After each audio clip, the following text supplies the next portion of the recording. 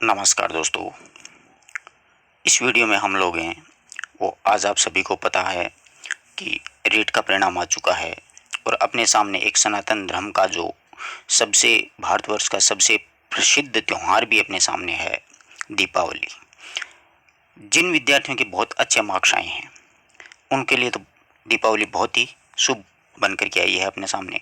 परंतु बहुत से विद्यार्थी ऐसे हैं, देखिए 25 लाख विद्यार्थी बैठे थे जब इस परीक्षा में, तो उनमें दीपावली तो सिर्फ 31,000 की यानी थी, क्योंकि सीटें इतनी थी और पेपर का स्तर भी आप लोगों ने देख लिया होगा। बहुत से विद्यार्थी थे कि सर बहुत अच्छी तैयारी की थी, परंतु परिणाम जो तैयारी के अनुकूल जो परिणाम होता है, जो मैं चाह रहा था वो नहीं मिला। हाँ, मैं मानता हूँ इस बात को। बहुत से लोग तो आप पे कमेंट भी कसते होंगे, ख़ास तौर से आपके रिलेशनशिप में या फिर आपके जान पहचान के। वो लोग तो यही कहेंगे कि कोई बात नहीं, अगली बार हो जाएगा। ये मतलब उनका दूसरा जो चेहरा जिस इंसान का बोला जाता ना, उस मन से वो बोलते हैं, परंतु अंदर ही अंदर उनको बड़ी खुशी होती है कि अच्छा हुआ इसका सिलेक्शन नहीं हुआ तो, है ना। और जिस बंदे का सिलेक्शन हुआ ना, उसको वो कभी नहीं पूछते हैं मतलब अच्छे मार्क्स जाएं। अभी तक देखिए सिलेक्शन सुनिश्चित नहीं हो पाया है, अभी विज्ञप्ति और आएगी आगे। ये अंतिम परिणाम है ना, ये अंतिम परिणाम नहीं है। पहला पॉइंट अपन ने इसलिए ये मैंने रखा है कि ये अंतिम परिणाम नहीं है। कई विद्यार्थी कह रहे हैं, जैसे कि एक विद्यार्थी के 120 मार्क्स आए हैं, वो कह रहा है कि सर मेरा होगा कि नहीं होगा। तो देखिए ये बात डिपेंड करती है मतलब सीटों पर कि कितनी सीटें आएंगी सब्जेक्ट में। अगर इस आपके सब्जेक्ट में 5 या 6,000 सीटें आ जाती हैं तो 120 में सिलेक्शन आराम से हो जाएगा, उसको घबराने की कोई आवश्यकता नहीं है। अगर आपके मार्क्स हैं 135 और सीट आती हैं आपके मात्र 200, तो वहाँ पर प्रश्न चिन्ह लग सकता है, सिलेक्शन ना भी हो सकता है। तो ये अंतिम परिणाम नहीं है, ध्यान रखिएगा। अभी विज्ञप्ति आएगी और उसके बाद में क्या होगा, डिसाइड होगा कि कितनी क्या मेरिट गई है। आगे परिणाम आएगा ना, वो मेरिट डिसाइड करेगा, ये परिणाम मेरिट डिसाइड नहीं करेगा। जबकि बहुत से यूट्यूबों पर, यूट्यूब चैनल्स पर या फिर व्हाट्सअप फेसबुक सोशल मीडिया पे आप लोगों ने देखा होगा कि खुशियाँ बटोर रहे हैं। ऐसी मेरे पास भी बहुत सी मार्कशीट आई हैं जिनके मैं आपका नंबर शो कर सकता हूँ, परंतु ऐसा मैंने नहीं किया। क्यों? क्योंकि ऐसी मार्कशीट मेरे पास 20 या 30 आई थी और ज़्यादातर उन विद्यार्थियों को फ़ोन कॉल और मैसेजेस आए थे जिनके मतलब 120 से कम मार्क्स थे। यहाँ तक कि जो महिला वर्ग की विद्यार्थियाँ हैं, जो माताएं बहनें हैं, वो सिसकती हुई फ़ोन कर रही थी। यानी उनको इतना मतलब अंदर से इंसान टूट जाता है। देखिए तैयारी जब इंसान करता है और फिर परिणाम उसके अनुकूल नहीं मिल पाता है ना, तो आदमी को अंदर से बड़ा दर्द महसूस होता है। मैं उन विद्यार्थियों से एक ही बात कहना चाहता हूँ, आपको अपने परिवार के लोग कह रहे होंगे, यहाँ तक कि मम्मी पापा, जो छोटी बच्चियाँ हैं उनको मम्मी पापा भी डांट देते हैं कि तुम पढ़ी नहीं थी, ये नहीं किया था, वो नहीं किया था। तो कोई बात नहीं है, इस बात की आपको क्या करना है, एक मन में गांठ बांध लेनी है कि अगले परिणाम में मैं उनको निराश नहीं होने दूंगा या दूंगी। पहली बात, कोई बात नहीं, इस परिणाम में आप लोगों को मतलब बहुत से उलाहने सुनने पड़े होंगे, बहुत सी बातें सुनने पड़ी होंगी, बहुत से ताने मिले होंगे, है ना। समझ रहे हो मेरी बात को? परंतु इसको अन्यथा मत लेना, इस बात को कि कोई ऐसा कदम मत उठा लेना जिससे कि आपका जीवन लीला हो, यह लीला समाप्त हो जाए। यानी बहुत से विद्यार्थी डिप्रेशन में आ जाते हैं, यानी परिणाम आने के बाद में किसी से बात नहीं करते हैं। परिणाम मतलब मार्क्स कम आ गए उनके, तो वो बात नहीं करेंगे, कुछ खाएंगे पिएंगे नहीं 1-2 दिन, ऐसा वगैरह कुछ नहीं करना, और फिर वो सुसाइड वगैरह वो रास्ता अपना लेते हैं। जो कि परिणाम से पहले भी आप लोगों ने समाचार पत्रों में पढ़ा होगा कि वहाँ फलां इंसान ने वहाँ पर मतलब फांसी लगा ली, या तालाब में डूबकर मर गया, या एक्सीडेंट हो गया। मतलब बहुत सी चीज़ें कब ऐसी पढ़ने सुनने को मिली थी अपन को। ऐसा कोई कदम नहीं उठाना है। मैं आपको एक बात बतला दूं, ये जो लाइफ है ना, इसका किसी को पता नहीं है, इस जीवन चक्र का किसी को पता नहीं है। हो सकता है आपके जीवन में क्या पता रीट से अच्छी पोस्ट लिखी हो, आपने तैयारी टूट के की है रीट की, बहुत अच्छे मन से दिल से 20-20 घंटे पढ़ाई की है, कोई बात नहीं है, कम मार्क्स आए हैं तो है। इतनी ही पूरे जोश और जुनून से आपको आगे भी तैयारी जारी रखनी है। 2-3 दिन आप थोड़ा फ्रेश हो लो, थोड़ा माइंड फ्रेश कर लो। हालांकि ये बात कहने सुनने में अच्छी लगती है, जबकि जिस पे गुजरती है ना, उस बंदे को बहुत बुरा लगता है। मैं यहाँ पर इसलिए ये बात बोल रहा हूँ क्योंकि मैं खुद भुक्तभोगी हूँ। मुझे पता है कि परिणाम जब अनुकूल नहीं आता है तो इंसान पे क्या गुजरती है, किस दृष्टि से ये समाज है अपन को ताने से मार डालता है, किस दृष्टि। उनको चुपचाप अपने को बस अपना लक्ष्य निर्धारित करना है कि नेक्स्ट वैकेंसी जाने नहीं देनी है, चाहे कुछ भी हो जाए। समझ रहे हो ना मेरी बात को? तो इस बात को गांठ बांध लेनी है कि अगली वैकेंसी में चाहे कुछ भी हो जाए, मुझे बहुत बुरी तरह मतलब पढ़ाई करनी है, दिन रात एक वापस करना है। 2-3 दिन एक बार फ्रेश हो जाओ, फिर वापस लग जाओ। अगर आपका फ्रेश का मूड नहीं है तो रीट को कचरे की कूड़े के डब्बे में डालो और अपनी पुस्तक उठाओ, जो भी सेकंड ग्रेड फर्स्ट ग्रेड जिस प्रकार से आपका सब्जेक्ट है उस हिसाब से आप अपने आप को चूज कीजिए उस सब्जेक्ट को और पढ़ने लग जाइए। बढ़िया वाली तैयारी कीजिए, एक एक चीज को चिंतन मनन करते हुए अपने नोट्स बनाते हुए पढ़ाई कीजिए, ठीक है ना। पहला पॉइंट यहाँ पर है कि ये अंतिम परिणाम नहीं है, आगे बात समझ में। दूसरी बात, अभी सब्जेक्ट की सीटों का आवंटन नहीं हुआ, इसलिए मेरिट का निर्धारण जो भी कोई कर रहा है वो मूर्खता है। मैं नहीं मानता कि वो सही सही आकलन कर पाएगा। कैसे कर पाएगा, क्योंकि सब्जेक्ट की सीटों का ही डिसाइड नहीं हो पाया कि किस सब्जेक्ट में कितनी सीटें आएंगी। तो ध्यान रखना, अभी जितने मार्क्स आए हैं उनको रखना। स्पेशली इतना तो मैं भी कह सकता हूँ आप लोगों को कि 125 या 120 20 से अबोव जिसके मार्क्स है ना, उनका तो कोई भी सब्जेक्ट हो मैं मानता हूँ कि सिलेक्शन हो ही जाएगा, रिट में कोई दिक्कत नहीं आएगी। परंतु 120 से नीचे वाले जो विद्यार्थी हैं ना, वो अपनी पढ़ाई तैयारी कर दीजिए। अब कई विद्यार्थी कहते हैं क्या मेरा इतने कम मार्क्स में सिलेक्शन हो पाएगा, यानी मेरे जितने मार्क्स आए हैं। तो मैंने आपको ऊपर वो बात क्लियर कर दी है इन पॉइंटों की कि वो सीटों पे डिसाइड करेगा कि जैसे प्रत्येक महिला है उसके 105 नंबर हैं और उसकी कोई सीट जैसे सब्जेक्ट की सीटें हैं वो आ जाएं 2000 3000 4000, तो आराम से उसका सिलेक्शन हो सकता है 105 में। जबकि 105 में अब गाँव वाले और समाज और बिरादरी के जो लोग हैं वो उसे ताने से मार रहे हैं, परेशान कर रहे हैं, तो उसको सुनते रहो, कोई दिक्कत नहीं है। बिल्कुल जो भी जो बोल रहा है अपन को उसको सुनते रहो, हाँ ठीक है कि इस बंदे ने मुझे ये कहा था, उसकी गांठ बांध लो और जब अपना सिलेक्शन होगा तब उसको जवाब खुद ब खुद मिल जाएगा। आगे की तैयारी करो। अब कई विद्यार्थियों की ये समस्या है कि सर मेरे तो बिल्कुल 100 मार्क्स आए हैं, 105 आए हैं, 110 आए हैं, मेरा सिलेक्शन नहीं होगा। यानी बहुत सी, स्पेशली मैं हिंदी का विद्यार्थी हूँ, बाहु प्रवृत्ति का आदमी हूँ, आपको सच्ची बता दूँ। और हिंदी में ज़्यादातर क्या है कि महिला वर्ग के विद्यार्थी ज़्यादा हैं।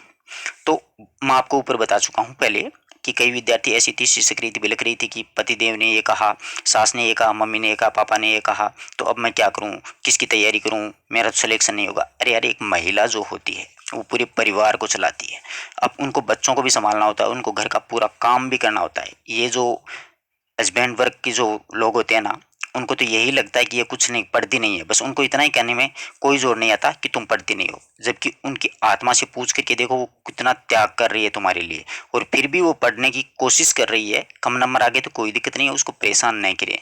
वो हाथ जोड़ के रिक्वेस्ट है, अपनी जो लाइफ पार्टनर है, पत्नी है या कोई अन्य जो आपके रिलेशनशिप में है, तो उस महिला वर्ग को परेशान नहीं करना चाहिए, सोचना चाहिए उसके बारे में। वो बहुत कुछ काम करने के बाद में भी पढ़ाई की ललक रखती है, इतनी हिम्मत रखती है, वो भी एक बहुत बड़ी बात है।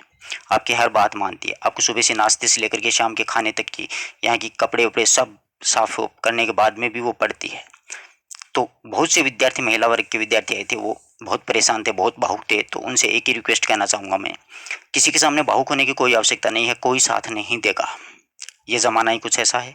इसलिए जो भी कोई कह रहा है तो उसकी गांठ बांधनी है अपन को और तैयारी करनी है, और बढ़िया वाली तैयारी करनी है, ताकि अगली वैकेंसी में उसको मुंह तोड़ जवाब मिल जाएगा अपने आप, वो बोलने के लायक ही नहीं रहेगा तुम्हारे सामने, ठीक है ना। और मैं आपको वादा करता हूँ कि आज भी हो सकता है शाम तक या फिर कल आपको सेकंड ग्रेड और फर्स्ट ग्रेड दोनों की वैकेंसीज पक्की मिल जाएंगी, क्योंकि गवर्नमेंट है वो अब ज़्यादा समय है नहीं और वैकेंसी जल्दी निकालेगी, और उनकी एग्ज़ाम्स भी जल्दी करवा सकती है। हो सकता है जून जुलाई तक फर्स्ट ग्रेड सेकंड ग्रेड अगर 2-4 दिन में निकलती है भर्ती, तो उनके एग्ज़ाम है वो जून जुलाई तक हो सकते हैं। तो जो सब्जेक्ट जिस भी विषय के आप मतलब संबंधित रखते हो, जैसे पॉलिटिकल साइंस है, हिस्ट्री है, हिंदी है, इंग्लिश है, तो उस सब्जेक्ट के हिसाब से अपनी तैयारी सुनिश्चित रखें। जो विद्यार्थी मतलब कम मार्क्स आए हैं, जो अपने आप को ये समझते हैं कि मेरा सिलेक्शन नहीं होगा, जैसे मतलब 110 से 105 115 वो मार्क्स आए हैं, तो कई विद्यार्थी काफ़ी परेशान हैं। और जिन विद्यार्थियों के 120 से अबोव हैं, जैसे 25 हैं, 27 हैं, 30 हैं, उनका आई थिंक करीब करीब सिलेक्शन होने के पूरे पूरे चांसेस हैं। परंतु बैड लक से बाय द वे सीट न आए और सिलेक्शन न हो पाए, तो वो भी साथ साथ में तैयारी अपनी जारी रखें। ज़्यादा मतलब और कॉन्फिडेंस में अपनों को नहीं आना है। कई विद्यार्थी ये सोचते हैं कि मेरे 125 मार्क्स आ गए, बाय द वे मान लो मेरिट चली गई 127, तो सिलेक्शन तो नहीं होना है वहाँ पर भी। अभी 120 से बटेगा क्या, बटेगा तो उन्हीं मार्क्स का जिसमें आपका मतलब मेरिट लिस्ट में नाम आ जाएगा एंड में, जो नेक्स्ट फॉर्म निकलेगा अगला उसमें। तो ध्यान रखना, अभी ये जो मार्क्स हैं वो मतलब एक मार्क्स ही दिखाए गए हैं, न कि अपना नंबर सुनिश्चित है। नंबर सुनिश्चित उन्हीं विद्यार्थियों का होगा जो नेक्स्ट भर्ती आएगी, जिस लिस्ट में अपना नाम आ जाएगा वो अपना। और 2-3 दिन आप अपना मूड फ्रेश कीजिए, अपना कोई मित्र हो, कोई निजी मित्र, जैसे महिला वर्ग है तो महिला वर्ग कोई अच्छी मित्र हो, उसके साथ में अच्छी से बातें कर लें। और जो भावुक हो रही है ना, भावुक होना भी स्वाभाविक है, मैं मानता हूँ इस चीज़ का। इंसान भावुक क्यों होता है, एक बात बताऊँ। जैसे अपना घर परिवार का कोई स्वजन खत्म हो जाता है, मतलब उसकी डेथ हो जाती है, तो अपन सभी लोग मतलब रोने लग जाते हैं, भावुक हो जाते हैं। क्यों? इसके पीछे क्या कारण है? क्या खा के गया था बेचारा तुम्हारा वो? इसके पीछे रीजन यही है कि इंसान का कोई बस नहीं चलता है ना। बस का मतलब समझते हो, जहां पर अपना जोर नहीं चलता है। तो जोर नहीं चलता है तो इंसान को सिर्फ और सिर्फ आंखों से आंसू ही टपकते हैं, और इसके अलावा कोई ऑप्शन नहीं होता अपने सामने। जहां पर अपना जोर नहीं चलता, अपना वश नहीं चलता है, उस वश के वजह से ही आदमी रोने लगता है, भावुक होता है ना। आदमी मरता है तो अपना बस नहीं चलता, वरना तो अपना वश अगर चलता तो अपन उसको मरने ही नहीं देते। तो यहाँ पर मार्क्स कम आए हैं, इसलिए अपने को बहुत दर्द महसूस हो रहा है। अंदर से एक मतलब टीस उठती है, उसको मतलब बयां नहीं किया जा सकता, सिर्फ और सिर्फ महसूस किया जा सकता है। और मैं इसीलिए उन विद्यार्थियों की मार्कशीट ओपन नहीं कर रहा हूँ, ना ही मैंने टेलीग्राम चैनल पे डाली है, ना ही व्हाट्सअप स्टेटस वगैरह लगाए हैं। वरना आप देख सकते हो बहुत से टीचर हैं, उन्होंने सभी ने लगाए हैं कि मेरे विद्यार्थियों की ये किया, जबकि हुआ कितनों का है, 5 या 7 विद्यार्थियों का उनके पास मार्कशीट अधिक से अधिक 10 या 20 आ गई होगी। बड़ी कोचिंग है तो 50 या 100 आ गई होगी, इससे ज़्यादा नहीं आई होगी। परंतु वो अपना हो हल्ला कर रहे हैं, जबकि हजारों विद्यार्थी जिनका सिलेक्शन नहीं हुआ, उनको सांत्वना कोई नहीं बंधा रहा है। उनको ये कोई नहीं कह रहा कि यार आप दोबारा तैयारी करो, अच्छे से पढ़ो, धैर्य बनाए रखो, कोई बात नहीं है, ये परिणाम है। ऊँट किस करवट बैठता है वो किसी को पता नहीं चलता। समझ रहे हो ना बात को? बस इसीलिए इसी वजह से कुछ विद्यार्थी भावुक हो गई थी महिला वर्ग की, इसलिए मैंने भी मेरा सेल फोन है वो काफ़ी समय के लिए मतलब स्विच ऑफ ही रखा था दोपहर में। परंतु एक्चुअली में मैं स्विच ऑफ रख नहीं सकता हूँ, क्योंकि मेरे पास फ़ोन कॉल मैसेजेस आते रहते हैं। इसी वजह से जो से पुस्तकों के बारे में विद्यार्थी पूछते रहते हैं, आगे के बारे में पूछते रहते हैं। अगर मैं स्विच ऑफ करके बैठ जाऊं और उनको एक मतलब जो आशा होती है, एक जो विश्वास होता है, वहाँ से भी उनको अगर कोई सही से जवाब नहीं मिल पाए, तो विद्यार्थी और भी ज़्यादा मतलब मैं मानता हूँ कि डिप्रेशन में जा सकता है। और मैं ये नहीं चाहता कि कोई विद्यार्थी इस वीडियो को जो सुन रहा है वो डिप्रेशन में जाए। मानता हूँ इस बात को, दुख होता है, मुझे भी बहुत हुआ है, ऐसी कोई बात नहीं है। यानी आप लोग जब भावुक होते हैं ना, तो सच में बताता हूँ, इस साइड मुझे भी बड़ा बुरा फील होता है, बहुत बुरा। हालांकि आज सनातन धर्म का सबसे बड़ा त्यौहार है दीपावली, परंतु ये दीपावली दीपावली मेरे लिए नहीं रही, अच्छा नहीं लगा। बहुत से विद्यार्थी जैसे सिसक सिसक के रो रहे थे, बहुत बुरी हालत थी, बहुत मतलब मुश्किल से उन विद्यार्थियों को मैंने संभाला था। और यही कहना चाहूँगा कि आप लोग अपने आप को संभालिए, यहाँ पर कोई साथ नहीं देने वाला इस दुनिया में। यहाँ तक कि माँ बाप भी ताने देते हैं, पति भी ताने देते हैं। हो सकता है कोई पुरुष वर्ग हो मेरी तरह भावुक प्रवृत्ति का, तो उसकी वाइफ अगर जॉब में है तो वो हो सकता है वो भी उसको ताने दे दे, बच्चे भी ताने दे दे, है कि नहीं है? पढ़ते पढ़ते अपन 40 साल के तो हो चुके हैं। तो उन जो पुरुष वर्ग है जिनकी एज ज़्यादा हो गई है, वो कोई ऐसा कदम ना उठा ले जिससे कि पीछे परिवार को अफसोस के सिवा कुछ ना बचे कि कल तक तो वो था, आज वो नहीं रहा। ऐसा कभी भी कोई समाचार नहीं आना चाहिए। एक दूसरी बात अंत में ये कहना चाहूँगा कि सरकारी नौकरी कोई जीवन नहीं होता है। एक बात बताऊं आपको, सरकारी नौकरी देखो, सबसे बड़ी भारत देश में सरकारी नौकरी अगर कोई है तो आईएएस कलेक्टर की होती है। तो कई कई बार समाचार पत्रों में ये भी पढ़ने को मिलता, हो सकता है आप लोग इन चीज़ों को न पढ़ें, कि फलां कलेक्टर ने घर छोड़ करके और भाग गया, यानी मतलब कहीं अज्ञातवास में चला गया, उसका पता ही नहीं चला। फलां डॉक्टर चला गया, फलां इंजीनियर चला गया, या बड़ा अधिकारी चला गया, है ना। तो ये इतने बड़े बड़े लोग जब इतनी बड़ी बड़ी पोस्टों पे जाके भी अगर परिवार से संतुष्ट नहीं हैं, तो सरकारी नौकरी एक मतलब जीवन का आधार नहीं मानी जा सकती। मेरी नज़रों में सरकारी नौकरी जीवन का आधार नहीं है मित्रों। हाँ, जीवन जीने के लिए आवश्यक ज़रूर है, परंतु जॉब लगने के बाद में जो समाज के साथ में, जो परिवार के साथ में अच्छे से जुड़ा रहता है ना, वही एक सच्चा सामाजिक प्राणी माना जाता है। तो आप सरकारी नौकरी को इतना तवज्जो ना दें जितना आप सोच रहे हैं। हो सकता है आपकी लाइफ में और भी अच्छा हो सकता है। आप में पढ़ाई आपने भी की है, और पढ़ाई जिसके अच्छे मार्क्स आए हैं, जिसको जॉब मिलेगी उसने भी की है। पढ़ाई दोनों ने देखिए बराबर की है, परंतु अपने जो लक जिसको बोलते हैं, जिसको नसीब जिसको बोलते हैं, हो सकता है अपने खराब हो, और मेहनत मांगता होगा अपना नसीब। तो और बढ़िया वाली मेहनत करें, और बहुत अच्छे से मेहनत करें, पूरे जोश जुनून के साथ। अपने आप को कमज़ोर ना समझें। कोई बात नहीं है, एक वैकेंसी में सिलेक्शन नहीं हुआ तो नेक्स्ट वैकेंसी में 100% सिलेक्शन होगा। तो आपको पूरे जोश जुनून के साथ, पूरे मतलब पूरी जी जान लगा देनी है अपन को, और अच्छे से पढ़ाई करनी है। और ऐसा कोई कदम नहीं उठाना, 2 या 3 दिन आपको क्या करना है, सिर्फ इंजॉय करना है। हो सकता है ये बात मेरी आपको बुरी लग रही होगी कि सर बोल रहे हैं कि इंजॉय करो, जबकि मेरे तो मार्क्स ही बहुत कम आए हैं। परंतु और कोई ऑप्शन नहीं है मेरे प्यारे, और कोई ऑप्शन है ही नहीं अपने पास में। अपने आप को खुश रखो। अपने आप को खुश रखोगे ना, तो दुश्मन अपने आप दुखी हो जाएंगे, जो आपको ताने कस रहे हैं कि यार ये कम मार्क्स आने के बाद में भी इतना खुश है, चक्कर क्या है इसका। तो फिर दोबारा से चुपचाप पूरी गंभीरता के साथ तैयारी कीजिए। तो उन महिला वर्ग को खास तौर से और उन पुरुष वर्ग को खास तौर से मैं कहूँगा जो मतलब उम्र दराज हो चुके हैं, तो उनको ऐसा वैसा कोई कदम नहीं उठाना है। आराम से धैर्य से संयम के साथ तैयारी कीजिए। आपकी तैयारी 70-75% तो है, अब आपको 25% तैयारी और करनी है मात्र, और वो जब 100% हो जाएगी उस दिन सिलेक्शन 100% होगा। तो ज़्यादा डिप्रेशन में जाए जो जवान विद्यार्थी हैं जिन्होंने अभी भी बीएड किया है, जो पहला दूसरा उनका अटेम्प्ट होगा रीट का या किसी प्रतियोगी परीक्षा का, तो वो विद्यार्थी डिप्रेशन में ना जाएं। डिप्रेशन में जाकर के ऐसा कोई कदम ना उठा लें जिससे कि मैं आपको बार बार कह चुका हूँ कि आप मौत को गले लगा लें, ऐसा कोई कदम ना उठाएं। ये मैं बार बार इसलिए कह रहा हूँ आप लोगों को कि मतलब आप लोग सोचो कि जब आप इस दुनिया में रहोगे ही नहीं, यानी आपने सुसाइड कर लिया, तो पीछे क्या होगा आपको कैसे पता। जीवन का पूरा आनंद लीजिए, पूरे जीवन को देखिए। कष्ट इंसान के जो जीवन में कष्ट आते हैं ना, कष्ट ईश्वर उन्हीं को देता है जो कष्टों को झेलने की ताकत रखता है, जिसमें झेलने का मादा होता है ना। वरना कमजोर वर्ग तो क्या होता है, कमजोर वर्ग के लोग तो क्या करते हैं कि थोड़ी बहुत में मतलब जीवन में समस्या आई और तुरंत ही सुसाइड वगैरह वगैरह मतलब पागल टाइप ऐसे हो जाते हैं। ऐसा अपन को कुछ नहीं करना है। ये नौकरी है, वो जीवन का एक पार्ट है, ध्यान रखिए इस बात को। बार बार मैं बोल रहा हूँ, ये पूरा जीवन नहीं है। हो सकता है रीट में नहीं हुआ और हो सकता है आपका व्याख्याता में हो जाए, तो सोचो कितनी बड़ी खुशी होगी। और ऐसे मैं आपको 10 विद्यार्थियों से मिलवा भी सकता हूँ जिनका रीट में सिलेक्शन नहीं हुआ है, जबकि वो व्याख्याता हैं या फिर बहुत अच्छी पोस्ट पे हैं। समझ रहे हो ना बात को। इसलिए सोचो कि आगे पता नहीं कुछ भी हो सकता है, बस तैयारी करनी बहुत ज़रूरी है, पढ़ना है, अपने आप पे संयम बनाए रखना है। आशा करता हूँ कि मेरी हर एक बात आपको अच्छे से समझ में आई होगी। अगर किसी विद्यार्थी वर्ग को, किसी महिला या पुरुष या कोई अन्य विद्यार्थी बोल दूँ मैं सभी को एक साथ बुरा लगा हो तो मुझे क्षमा करना।